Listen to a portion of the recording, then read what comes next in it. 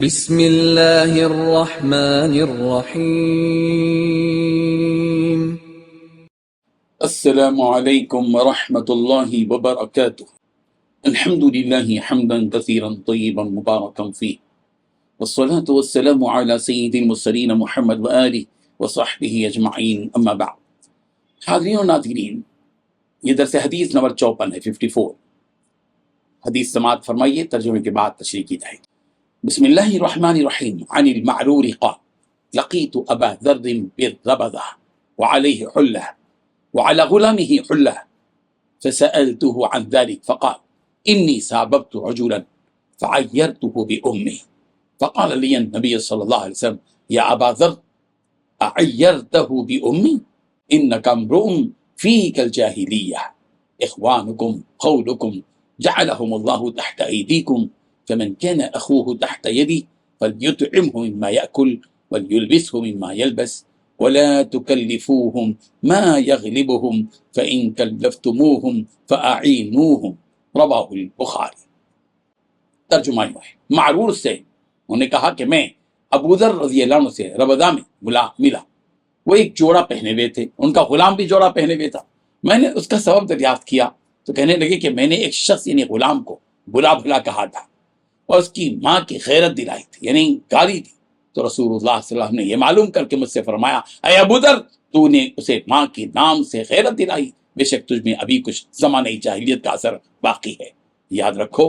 ماتحت لوگ تمہارے بھائی ہیں، اللہ نے اپنی کسی مصلحت کی بنا پر انہیں تمہارے قبضے میں دے رکھا ہے، تو جس کے ماتحت اس کا کوئی بھائی ہو تو اس کو بھی وہی کھلائے جو آپ کھاتا ہے، خود کھاتا ہے، اور وہی کپڑا پہنائے اسے جو آپ خود پہنتا ہے، اور ان کو اتنے کام کی تکلیف نہ دو کہ ان کے لیے مشکل ہو جائے، اور اگر کوئی سخت کام ڈالو تو تم خود بھی ان کی مدد کرو۔ اس حدیث میں 7 باتیں بتائی گئی ہیں۔ پہلی بات،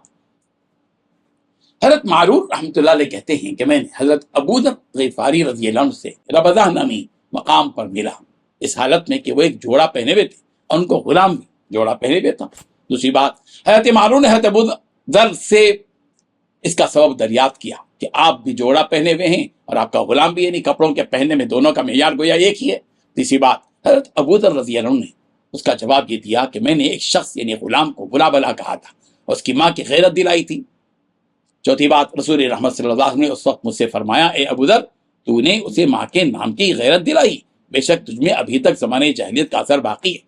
پانچویں بات، رسول رحمت صلی اللہ علیہ وسلم نے فرمایا، یاد رکھو، ماتحت لوگ تمہارے بھائی ہیں، اللہ تعالیٰ نے اپنی کسی مصلحت کی بنیاد پر ان غلاموں کو تمہارے قبضے میں دے دیا ہے۔ چھٹی بات، جس کے ماتحت اس کا کوئی بھائی ہو اس کو بھی وہی کھلائے جو خود کھاتا ہے، اور وہی کپڑا اسے پہنائے جو خود پہنتا ہے، اور ان غلاموں کو اتنے کام کی تکلیف نہ دو کہ ان کے لیے مشکل ہو جائے۔ ساتویں بات، اور اگر ان غلاموں پر کوئی سخت کام کا بوجھ ڈالو تو خود بھی ان کی مدد کر۔ بزرگان محترم، اس حدیث سے ہم کو یہ سبق ملتا ہے کہ ہم کسی کی مجبوری اور کمزوری کی وجہ سے اس کو آر نہ دلائیں، اور نہ ہی اس کمزور اور مجبور آدمی کو آر دلائیں، اور نہ ہی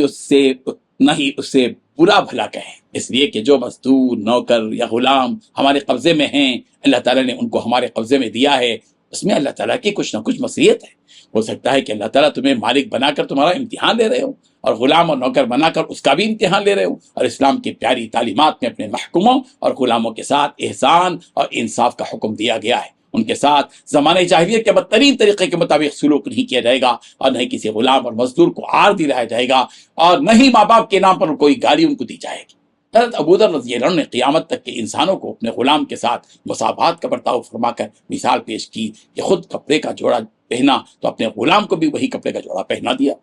اللہ اکبر۔ رسول رحمت صلی اللہ علیہ وسلم کی تعلیمات کا خلاصہ یہ ہے کہ آدمی جو خود کھاتا ہے اپنے غلام اور نوکر کو بھی وہی کھلائے، اور جو خود پہنتا ہے اپنے غلام اور نوکر کو بھی وہی پہنائے اس کو بھی۔ اور کسی غلام اور نوکر ہونے کا مطلب یہ نہیں ہے کہ اس قدر بے حس اور ظالم بن جائیں کہ نوکروں اور غلاموں کی تکلیف کا احساس ہی نہ ہو۔